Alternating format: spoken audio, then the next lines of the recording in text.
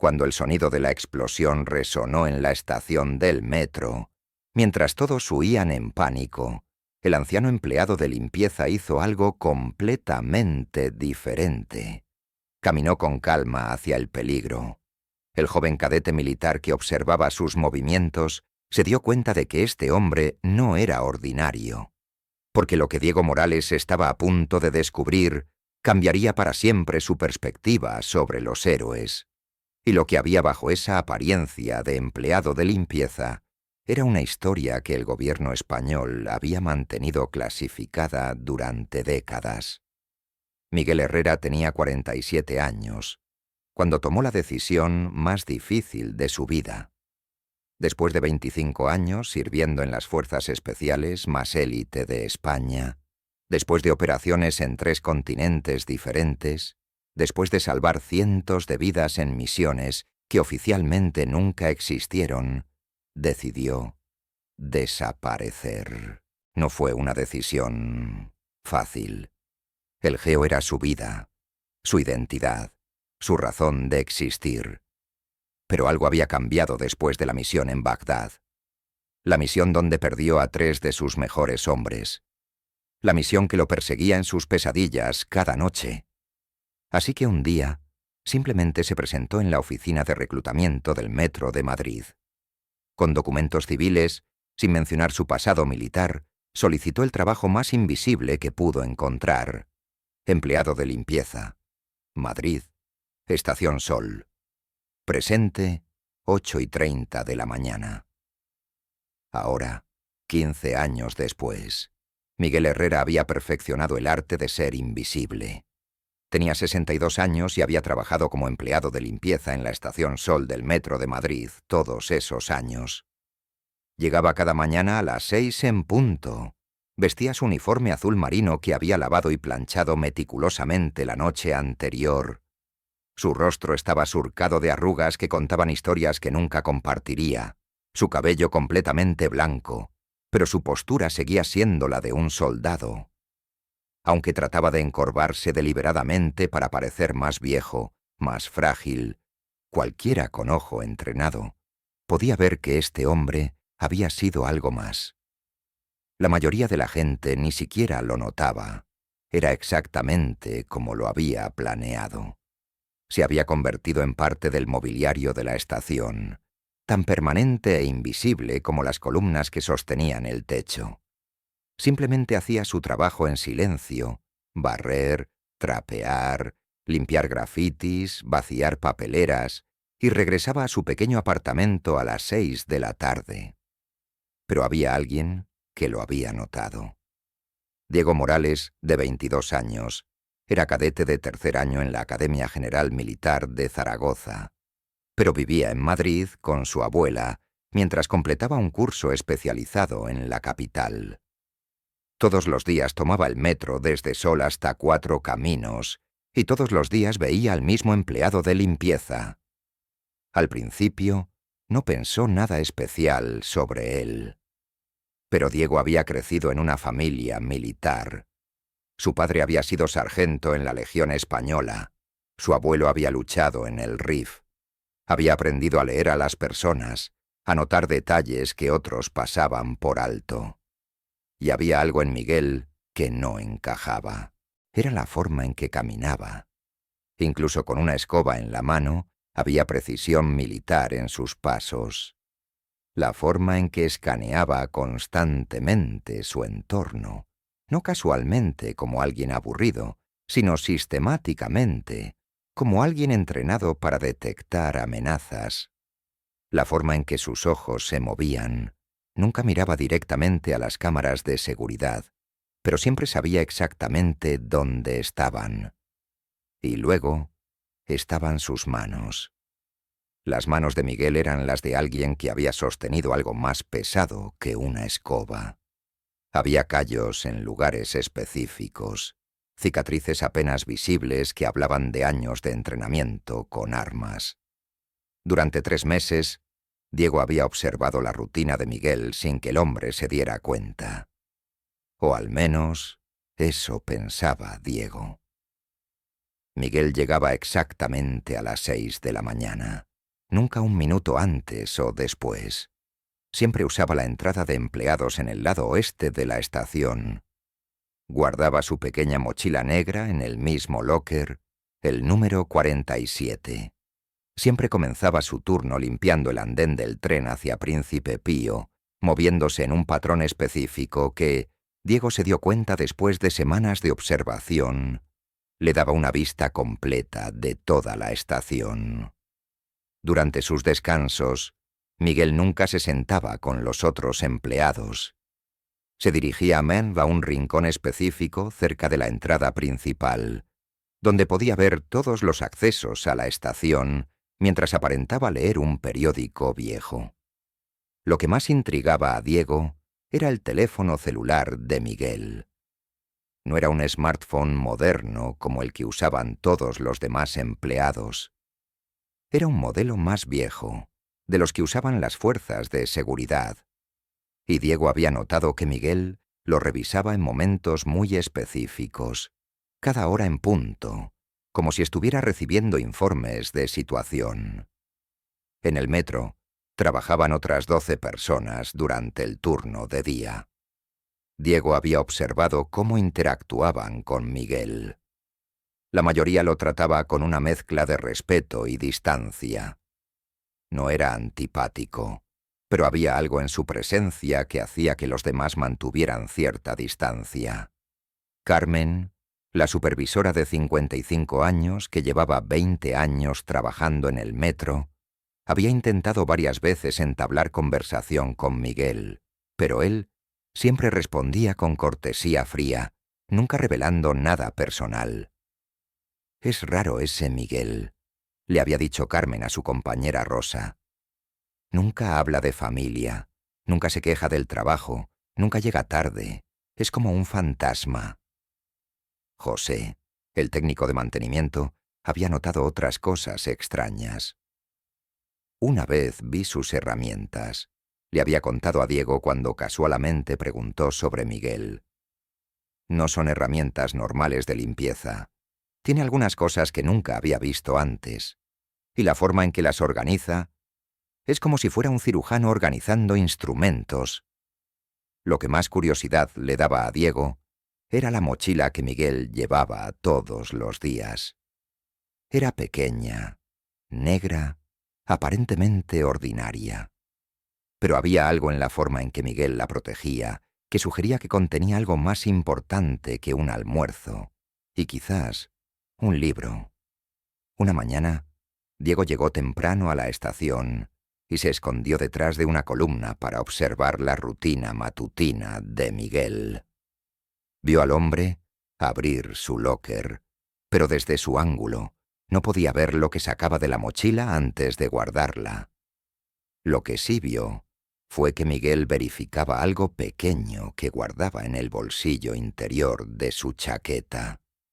Algo que brillaba metálico por un segundo antes de desaparecer de nuevo. Durante las últimas 2 semanas, Diego había notado que Miguel parecía más tenso de lo normal. Sus movimientos eran más precisos, sus miradas más frecuentes hacia las entradas. Era sutil, tan sutil que probablemente nadie más lo habría notado.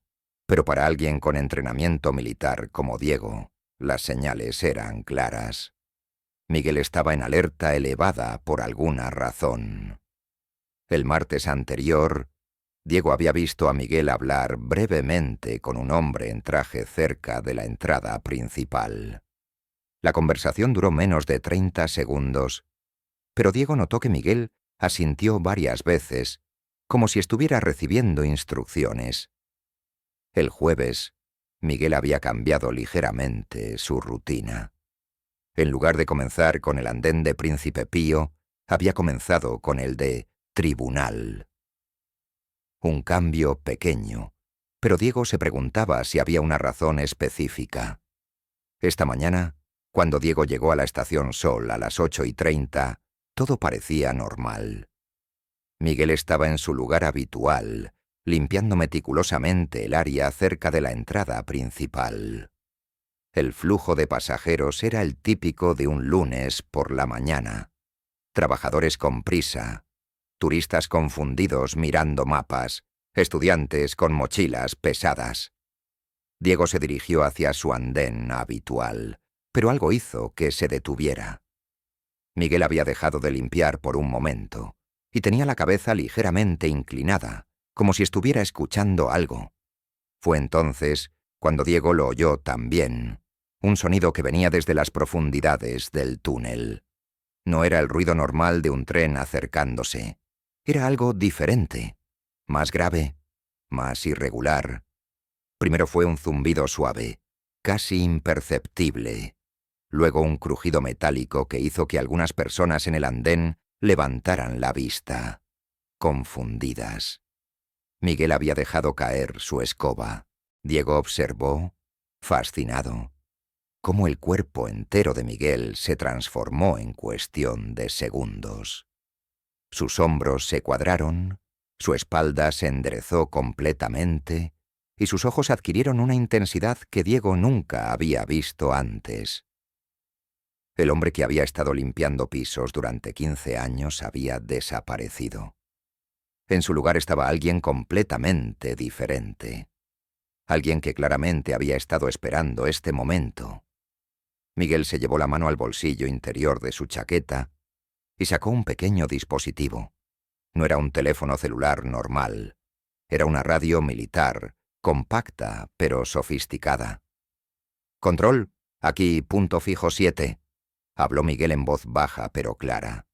«Confirmando anomalía acústica en túnel principal. Iniciando protocolo de evaluación». Diego se quedó helado. «Punto fijo 7. ¿Protocolo de evaluación?» Este empleado de limpieza estaba hablando como un operativo militar. A las 8:47 exactamente, el mundo cambió. La explosión que vino desde las profundidades del túnel no fue ensordecedora, pero fue lo suficientemente fuerte como para sacudir toda la estación. Las luces parpadearon, el polvo cayó del techo como lluvia, y los cristales de las ventanas vibraron ominosamente. Los pasajeros reaccionaron como era de esperar. Gritos, confusión, pánico instantáneo. La gente comenzó a correr hacia las salidas, empujándose unos a otros, gritando por sus teléfonos. Pero Miguel no corrió. En lugar de huir del peligro como toda persona normal haría, Miguel Herrera se dirigió directamente hacia la fuente de la explosión. Sus movimientos eran fluidos, precisos, los de alguien que había estado en situaciones similares muchas veces antes. Diego, presionado contra una columna por la multitud que huía, observó asombrado cómo Miguel se movía contra la corriente de gente en pánico. No empujaba, no gritaba. Simplemente se deslizaba entre la multitud como agua, llegando a la entrada del túnel en segundos. Una vez en la entrada del túnel, Miguel se transformó completamente. Sacó de su bolsillo una pequeña linterna táctica. No la linterna barata que usaría un empleado de limpieza, sino una de grado militar. También sacó lo que parecía ser un medidor de algún tipo. «Control, punto fijo 7», habló de nuevo en su radio. «Explosión confirmada en el kilómetro 2.3 del túnel principal. No detectando gases tóxicos. Iniciando reconocimiento visual». «Punto fijo 7». Diego se dio cuenta de que Miguel no era solo un ex militar que había tomado un trabajo civil. Todavía estaba en servicio. Todo este tiempo, su trabajo como empleado de limpieza había sido una cobertura. Sin vacilar, Miguel entró al túnel. Diego, movido por una mezcla de curiosidad y admiración, decidió seguirlo a distancia. Se deslizó hasta la entrada del túnel y vio la luz de la linterna de Miguel moviéndose más adelante.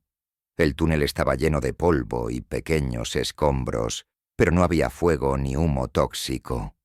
La explosión había sido localizada. Posiblemente un colapso menor en lugar de un ataque terrorista.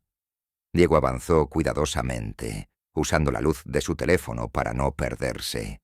A medida que se acercaba a Miguel, podía oír su voz clara y controlada dando un informe detallado por radio. Control, evaluación inicial completa, colapso estructural menor en soporte, C47. Área afectada aproximadamente 3 metros cuadrados. Detectando 3 señales vitales bajo escombros. Solicito equipo de rescate y apoyo médico inmediato. ¿Señales vitales? ¿Cómo podía Miguel detectar señales vitales? Cuando Diego finalmente alcanzó la posición de Miguel, vio algo que lo dejó sin palabras. El hombre había abierto su mochila, la misma mochila negra que llevaba todos los días, y había sacado equipo que definitivamente no pertenecía a un empleado de limpieza. Había un detector de signos vitales portátil, del tipo que usan los equipos de búsqueda y rescate. Había un kit médico de campaña, completo con suministros de emergencia. Había herramientas especializadas para mover escombros de forma segura. Y había algo más. En el interior de la tapa de la mochila, Diego pudo ver una identificación laminada. No pudo leer todos los detalles en la oscuridad, pero pudo ver claramente el logo del CENI, el Centro Nacional de Inteligencia de España. Miguel no era solo un ex militar, era un agente de inteligencia en servicio activo. Miguel trabajó con una eficiencia que solo viene de años de entrenamiento intensivo. Primero, usó su detector para localizar exactamente dónde estaban las 3 víctimas. Luego, comenzó a remover escombros de una manera específica que evitaría causar más colapsos. «Tú», dijo Miguel de repente, volviéndose hacia Diego. «Sal de aquí. Es peligroso». Diego se sorprendió. No había hecho ruido. ¿Cómo había sabido Miguel que estaba allí? «Señor, tengo entrenamiento médico básico», respondió Diego. «Puedo ayudar». Miguel lo estudió por un momento con ojos que parecían ver mucho más de lo que Diego estaba cómodo revelando. «¿Academia militar?», preguntó Miguel. «Sí, señor. 3er año», Miguel asintió. «Está bien, pero haces exactamente lo que yo diga. Sin preguntas, sin dudas. Las vidas dependen de ello». Durante los siguientes 30 minutos, Diego trabajó junto a Miguel en la operación de rescate más profesional que había visto en su vida. Miguel sabía exactamente cómo evaluar la estabilidad de los escombros, cómo crear palancas para levantar vigas pesadas sin desestabilizar el resto de la estructura. Su conocimiento médico era extenso. Cuando llegaron a la primera víctima, una mujer de mediana edad con una herida en la cabeza, Miguel realizó una evaluación neurológica completa en menos de 2 minutos. Concusión leve, posible fractura de cráneo, diagnosticó. Necesita inmovilización cervical antes de moverla. Mientras trabajaban juntos para estabilizar a la víctima, Diego notó más detalles sobre Miguel. Tenía cicatrices en las manos que hablaban de combate cuerpo a cuerpo. Tenía un tatuaje en la muñeca izquierda que había sido parcialmente removido con láser, pero Diego pudo distinguir lo que parecían ser las alas del emblema de paracaidista. La segunda víctima era más complicada. Un hombre joven que había quedado atrapado bajo una viga metálica. Miguel evaluó la situación y luego hizo algo extraordinario. Sacó de su mochila un pequeño gato hidráulico, del tipo que usan los equipos de rescate especializados. No era algo que un empleado de limpieza del metro tendría acceso. «Este hombre tiene síndrome de aplastamiento», explicó Miguel mientras trabajaba. «Si levantamos la viga demasiado rápido, las toxinas acumuladas en sus piernas podrían matarlo cuando entren a su circulación». Procedió a administrar fluidos intravenosos. Otra habilidad que definitivamente no estaba en la descripción del trabajo de un empleado de limpieza, antes de comenzar cuidadosamente a levantar la viga. Cuando finalmente llegaron los bomberos y paramédicos oficiales, encontraron una escena que los dejó perplejos. 2 de las 3 víctimas ya habían sido estabilizadas y extraídas de los escombros con técnicas profesionales. La tercera estaba siendo atendida por un empleado de limpieza que claramente sabía más sobre medicina de emergencia que algunos de los paramédicos. El comandante de bomberos, capitán Vargas, se acercó a Miguel con una expresión de reconocimiento. «Comandante Herrera», dijo, haciendo un saludo informal. «Debería haber sabido que usted estaría aquí». Miguel respondió con una ligera sonrisa. «Ya no soy comandante, Vargas, solo Miguel. Y oficialmente yo no estuve aquí». Vargas asintió, entendiendo. «Por supuesto. Pero las víctimas fueron rescatadas por su excelente equipo», respondió Miguel. «Llegaron muy rápidamente después de la explosión. Después de que las víctimas fueron transportadas al hospital y el área fue asegurada, Diego siguió a Miguel de vuelta a la estación principal. El hombre había vuelto a su mochila normal y había recogido su escoba, pero la transformación que Diego había presenciado no podía ser ignorada. «Señor», comenzó Diego, «¿quién es usted realmente?» Miguel se detuvo y lo miró con ojos que habían visto demasiado. «Soy Miguel Herrera, empleado de limpieza del Metro de Madrid». «Eso es lo que dice mi identificación. Eso es lo que dirá si alguien pregunta. Pero lo que vi allí abajo, lo que viste», interrumpió Miguel, «fue a un ciudadano ayudando en una emergencia, nada más». Diego persistió. «El equipo en su mochila, su radio, la forma en que el capitán de bomberos lo trató. Usted no es solo un empleado de limpieza». Miguel suspiró. «Siéntate», dijo, señalando un banco en la estación. «Hace muchos años», comenzó Miguel, «serví en las fuerzas especiales. GEO, para ser específico. Durante 25 años participé en operaciones que oficialmente nunca ocurrieron, en lugares donde España oficialmente nunca tuvo presencia militar». Diego asintió, entendiendo la naturaleza clasificada de tal trabajo. «Cuando me retiré del servicio activo, pensé que podría simplemente desaparecer, vivir una vida normal. Pero el gobierno tenía otros planes. Me ofrecieron un trabajo diferente.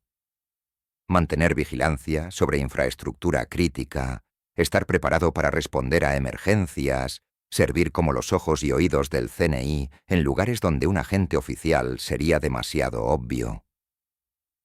Y el metro es uno de los objetivos terroristas más probables en Madrid. Transporta a más de 2 millones de personas al día, tiene docenas de puntos de entrada y sería casi imposible asegurar completamente. Así que en lugar de eso, colocaron observadores, personas entrenadas que podrían responder inmediatamente a cualquier amenaza. Miguel continuó. «No soy el único. Hay docenas de nosotros en toda la ciudad. Exmilitares, expolicía, exagentes de inteligencia. Todos con trabajos aparentemente ordinarios, todos vigilando, todos listos para actuar cuando sea necesario». Diego se dio cuenta de la magnitud de lo que Miguel estaba revelando. «¿Cuánto tiempo lleva esto funcionando?» «Desde los ataques de 2004. El gobierno se dio cuenta de que la seguridad tradicional no era suficiente. Necesitaban algo más sutil, más integrado en la vida diaria de la ciudad».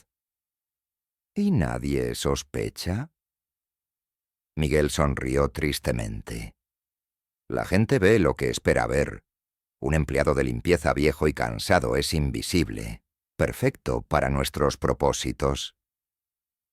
«¿Por qué me está contando esto?», preguntó Diego. Miguel lo estudió cuidadosamente. «Porque en unos años, cuando te gradúes de la academia, vas a ser reclutado. Tu récord académico, tu entrenamiento, tu capacidad de observación, ya has llamado la atención de las personas correctas». Diego sintió un escalofrío. «¿Me han estado observando?», dijo. Hemos estado observando a todos. Es nuestro trabajo. Y tú has demostrado exactamente las cualidades que buscamos: observación detallada, discreción, capacidad de mantener secretos. Miguel se levantó del banco. Pero esa es una decisión para el futuro. Por ahora, termina tu entrenamiento. Aprende todo lo que puedas. Y recuerda, la conversación de hoy nunca ocurrió. En los días siguientes, Diego observó a Miguel con nuevos ojos. El hombre había vuelto completamente a su rutina normal. Llegaba a las 6, limpiaba meticulosamente, se iba a las 6. Pero ahora Diego podía ver las pequeñas cosas que había pasado por alto antes. La forma en que Miguel posicionaba sus herramientas de limpieza le daba acceso rápido a cualquier parte de la estación. Su ruta de limpieza era realmente un patrón de vigilancia que cubría todos los puntos ciegos de las cámaras de seguridad. Su descanso de almuerzo siempre coincidía con los horarios de mayor tráfico, cuando un ataque sería más devastador.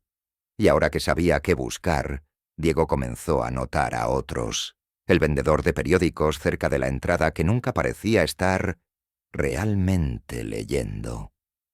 La mujer que vendía café, que recordaba perfectamente a cada cliente regular, pero también notaba inmediatamente a cualquier cara nueva. Una semana después del incidente, cuando Diego estaba esperando su tren, Miguel se acercó a él. Era la primera vez que había iniciado una conversación desde su revelación. —¿Has pensado en lo que hablamos? —preguntó Miguel. —Todos los días —respondió Diego honestamente.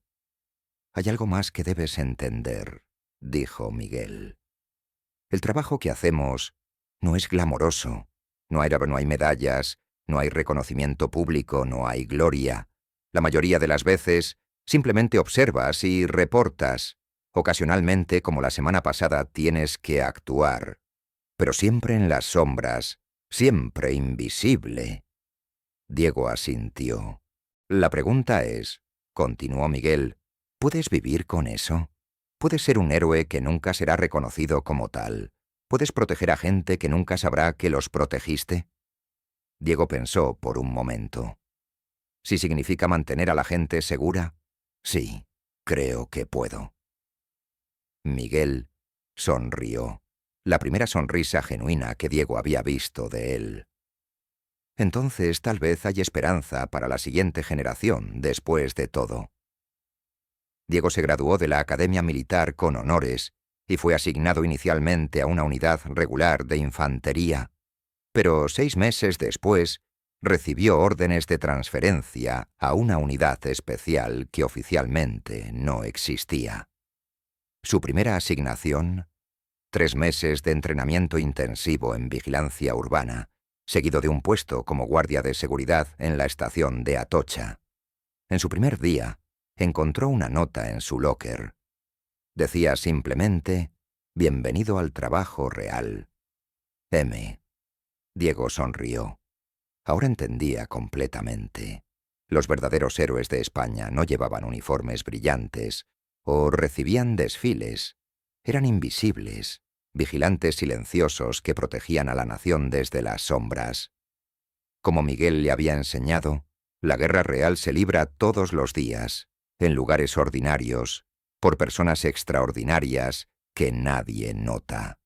Y Diego estaba listo para unirse a sus filas.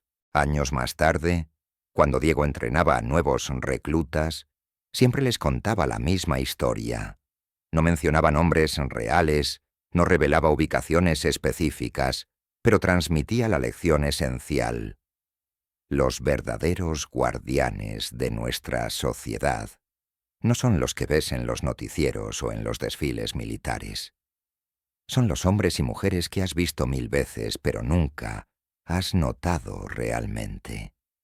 El empleado de limpieza, el guardia de seguridad, la cajera del supermercado. Cualquiera de ellos podría ser alguien que ha dedicado su vida a mantenerte seguro. Y algún día, cuando menos lo esperes, podrías descubrir que el héroe más grande que has conocido estaba justo frente a ti, todo el tiempo, escondido a plena vista. Miguel Herrera siguió trabajando en la Estación Sol durante 5 años más antes de retirarse definitivamente. En su último día no hubo ceremonias, no hubo discursos. Simplemente dejó su uniforme en el locker 47 y se fue. Pero en el fondo de ese locker dejó una pequeña placa. No tenía su nombre, no tenía fechas. Solo tenía grabadas unas palabras en latín: Semper Vigilans, siempre vigilante. Porque algunos hombres nunca realmente se retiran, solo pasan la antorcha a la siguiente generación de guardianes silenciosos. ¿Cuántos Miguel Herrera hay a tu alrededor en este mismo momento? ¿Cuántos héroes secretos están sirviendo bajo apariencias completamente ordinarias, protegiendo tu seguridad sin que tú lo sepas? La próxima vez que veas a un empleado de limpieza, un guardia de seguridad o cualquier persona en un trabajo aparentemente mundano, recuerda, podrías estar mirando a alguien que ha arriesgado todo por tu seguridad. Porque los verdaderos héroes no buscan reconocimiento, buscan resultados. Y gracias a personas como Miguel Herrera, vivimos en un mundo un poco más seguro, protegidos por guardianes que prefieren permanecer en las sombras, vigilando eternamente para que podamos dormir en paz.